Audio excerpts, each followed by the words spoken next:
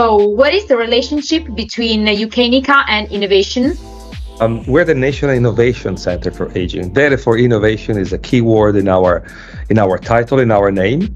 And we translated innovation with the word intelligence. So when we talk innovation, for us, we mean intelligence. Now, what do we mean for intelligence?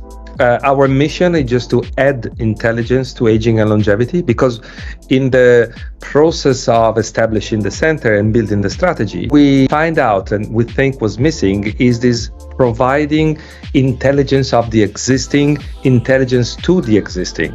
We translate intelligence from two dimensions. One dimension is the intelligence of the people. We own a community within the center of roughly 4,000 today UK citizens that we involve in co-innovate everything. We physically onboard the people, which are helping us in understanding more about the processes, what are the needs, what are the desires that typically are never investigated when you think about an aging demographic. Therefore, let me say intelligence for us on one dimension is the intelligence we can harness from all of us in the process of aging. Then you have a second layer of intelligence, which is the intelligence out there. Many startups coming to OAC 75, for example, are bringing an intelligence, but like them, there are many others. There are research out there, there are evidence out there. There are innovations that sometimes are not necessarily a product or a service, maybe could be a business model.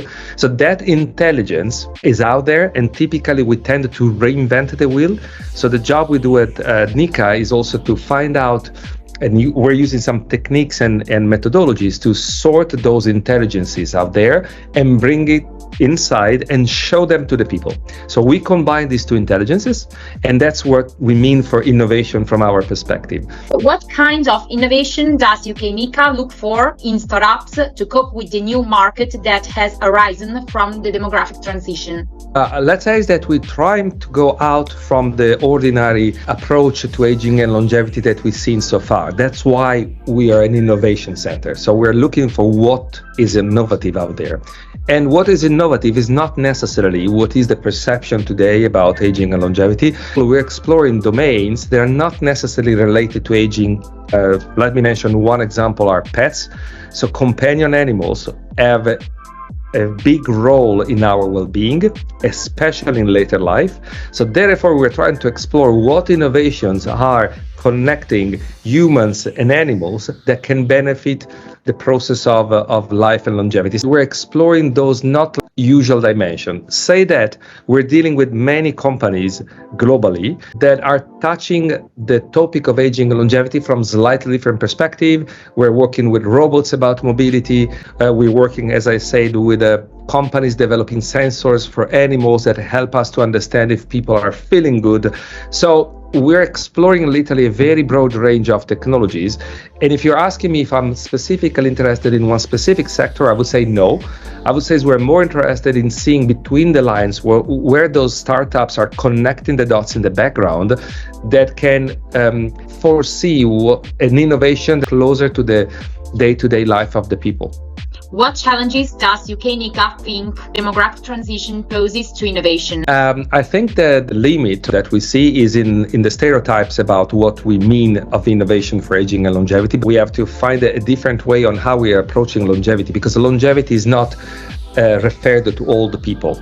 Longevity is referred to the whole life cycle, and therefore interests when we're students, while we're finding our first job, while we're building a family. That's where we think there is an untapped opportunity that we should have to be able to see as entities and organization that goes far beyond developing technologies for older people.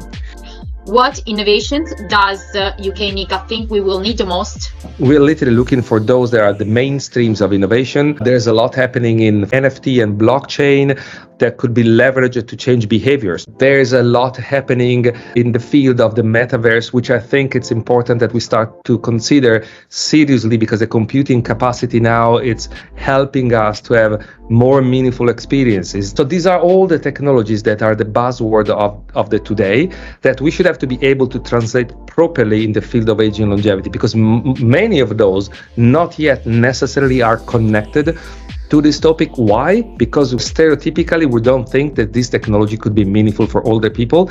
probably because we're completely missing the point of view. It's not necessarily for the other people themselves. It's for the whole ecosystem to help us living healthier, longer life in whatever stage of our life. What advice would you give to startup that wants to engage in the silver economy? Look out of the traditional dimension of healthcare.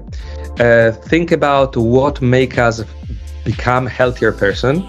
And the domains are far broader. The WHO has framed the determinants of health, where the health sector per se worth only 11%. So planet, the biology of aging, behavior, the societal dimension of aging. If you see this pie and take out the slice, only 11%, all the rest, so the 89% is made by all these other dimensions.